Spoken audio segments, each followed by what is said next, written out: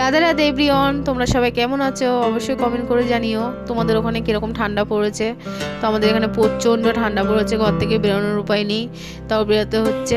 কদিন ধরে একটু খিচুড়ি খেতে ইচ্ছা করছিল, তো খিচুড়ি খাওয়ার জন্য তো সবজিগুলো নিয়ে আসলাম, বাজার করে নিয়ে আসলাম। এখানে মটরশুঁটি, কুমড়ো, সিম, বরবটি, যাবতীয় যা লাগে এটা খিচুড়ি করতে।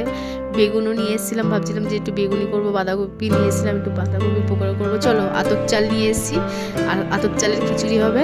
এখানে আছে আতপ চাল, মুগ ডাল আর ছোলার ডাল, এগুলো দিয়েই আজকে খিচুড়ি হবে।